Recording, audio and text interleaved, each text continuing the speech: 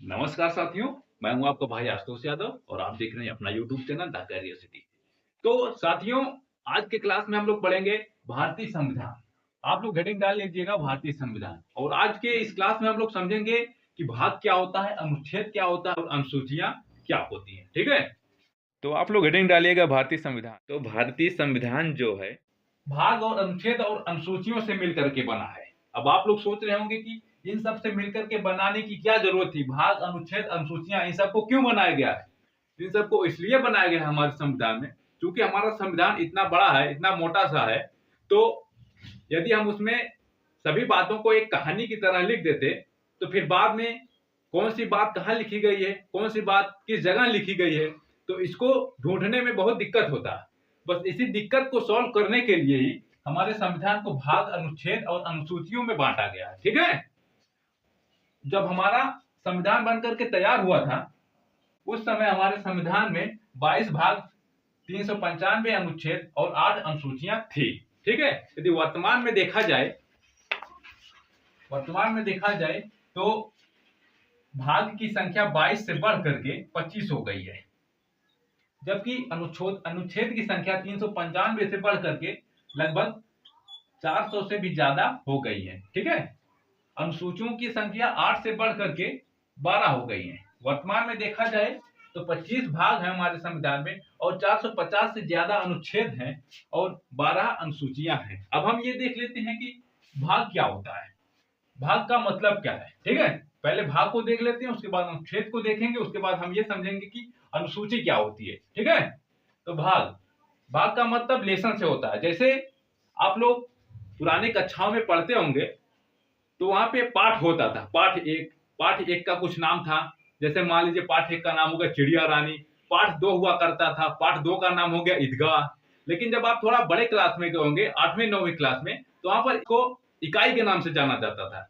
इकाई 1, इकाई 2, जैसे होता था ना 9वीं 10वीं क्लास में जब आप लोग पढ़ रहे थे तो वहां पे होता था इकाई 1। इकाई 1 में पाठ का नाम था मापन, इकाई 2 में प्रकाश, ऐसे वगैरह वगैरह करके नाम हुआ करते थे। वैसे भाग भाग का मतलब होता है लेसन से, लेकिन क्योंकि हमारा संविधान है, हमारे संविधान में लेसन को भाग के नाम से जाना जाता है। अब जैसे भाग 1 हो गया, भाग 1 का क्या नाम है, भारतीय संघ और उसके राज्य क्षेत्र। और भाग 2 हो गया, भाग 2 का मतलब पाठ 2। पाठ 2 में, भाग 2 में क्या लिखा गया, नागरिकता। हमारे देश में देश के नागरिकों के बारे में लिखा गया है कि हमारे देश के कौन से लोग हमारे देश के नागरिक नहीं होंगे। वैसे भाग 3 में हमारे देश के जो में रहने वाले जो लोग हैं उनके अधिकारों के बारे में लिखा गया है कि हमारे देश में रहने वाले लोगों का मूल अधिकार क्या होगा, इन सब चीजों के बारे में लिखा गया है। ठीक है, तो भाग का मतलब लेसन से होता है। और अनुच्छेद क्या होता है, अनुच्छेद चूंकि भाग में भी इतना बड़ा भाग हो जाएगा, जैसे और उन भागों में भी यदि जिस बातों को लिखा जाएगा कहानी की तरह लिख देंगे कि हाँ हमारे देश में इतना बड़ा भाग होगा और हमारे क्षेत्र में ऐसे ऐसे वगैरह वगैरह करके कहानी की तरह लिख दिया जाएगा तो वो अच्छा नहीं लगेगा देखने में। यदि हम उन्हीं बातों को पॉइंट वाइज लिखें, पॉइंट 1 में ये बात लिखा गया है, पॉइंट 2 में ये बात लिखा गया है, पॉइंट 3 में ये बात लिखा गया है, तीसरी बात लिखा गया है, तो इन पॉइंटों को ही अनुच्छेद की तरह समझिए आप। इन पॉइंटों को ही अनुच्छेद नाम से जाना जाता है। ठीक है, अनुच्छेद का मतलब है पॉइंट करके कुछ बातों को लिख देना। और अनुसूची क्या होती है, अनुसूची का मतलब होता है विशेष सूची, अर्थात जिन बातों को हम अनुच्छेदों में नहीं लिख सके उन बातों को अनुसूचियों में लिखा गया है। अब भैया कौन सी ऐसी बात थी जिनको हम अनुच्छेदों में नहीं लिख पाए। जैसे अनुच्छेद मान लीजिए कोई ऐसी बात है जो बहुत लंबी चौड़ी और विस्तृत हो, उसको अनुच्छेद के माध्यम से लिखेंगे तो दिखने में अच्छा नहीं लगेगा। और यही दिखने में अच्छा ना लगने के कारण ही हम उसे एक अलग से टॉपिक जोड़ दिए हैं अनुसूची, और उन बातों को हम अनुसूची में लिखेंगे। ठीक है, अनुसूची में उन बातों को लिखा गया है जिन बातों को हम अनुच्छेद में नहीं लिख पाए हैं, उन बातों को अनुसूची के माध्यम से लिख दिया गया। ठीक है, उम्मीद करता हूं कि आप लोग समझे होंगे कि भाग क्या होता है, अनुच्छेद क्या होता है, अनुसूची क्या होता है। ठीक है, अब आप लोग इसको मिटा दे रहे हैं।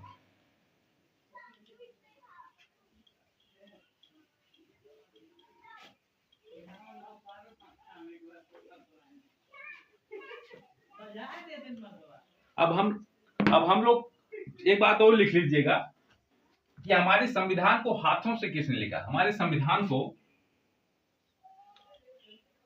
भारतीय संविधान को ऐसे लिखिए, भारतीय संविधान को हाथ से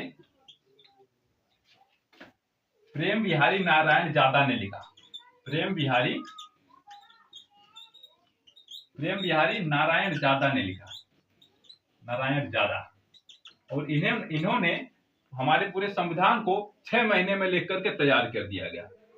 प्रेम बिहारी नारायण जादा से एक कहानी भी प्रचलित है कि जब हमारे संविधान में लिखने की बारी आई हाथों से, जब हमारा संविधान बनकर के तैयार हो चुका था, तो उसमें यह बात हुई कि हाथों से भी इसको लिख दिया जाए। तो हाथ से लिखने के क्रम में एक कहानी प्रचलित है बहुत। जब हाथों से लिखने की बारी है तो पंडित जवाहरलाल नेहरू ने यह कहा कि भैया कोई है जो हमारे संविधान को, अपने संविधान को हाथों से लिख सकता है अच्छी राइटिंग में।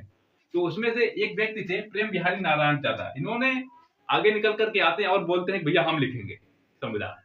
तो नेहरू जी बोलते हैं भैया चलिए ठीक है, आप संविधान लिखिए, लेकिन आप संविधान को लिखने के लिए लेंगे क्या, उसके बदले में आप क्या लेंगे।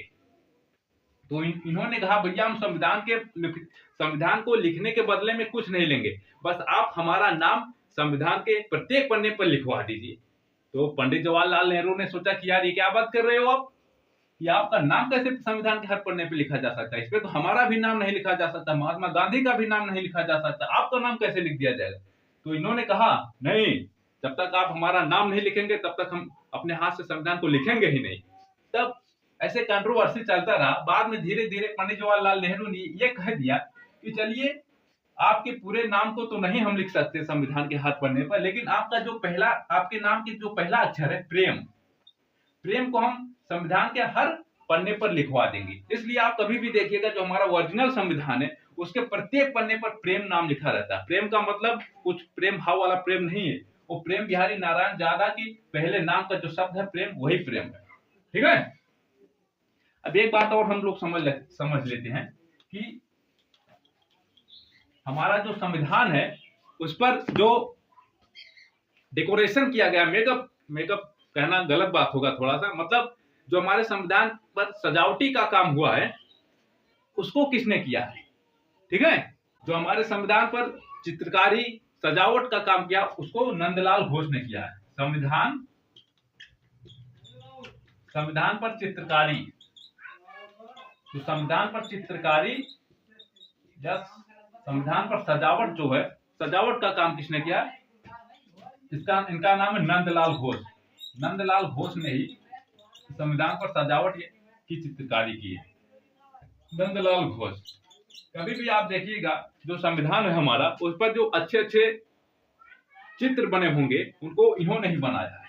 कभी आप संविधान उठाकर देखिएगा, हालांकि हम भी अपने संविधान की जो बुक है ओरिजिनल उसको ऑनलाइन कर दिए हैं, अब 2-4 दिन में ही आ जाएगा, तो हम आप लोगों को दिखाएंगे कि संविधान पर किस प्रकार की चित्रकारी की गई। ठीक है।